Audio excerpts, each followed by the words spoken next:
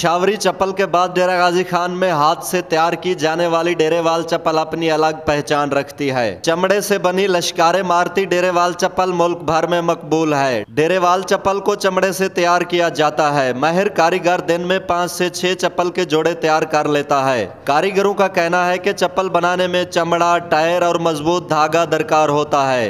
चंगा कारीगर हो 5 बड़ा दे यार मट्ठा हो 4 बना भला बड़ी मेहनत लगती है, काम देते हैं बड़ी मेहनत थी है। और जूती द रेट 1 नंबर 3500 3000।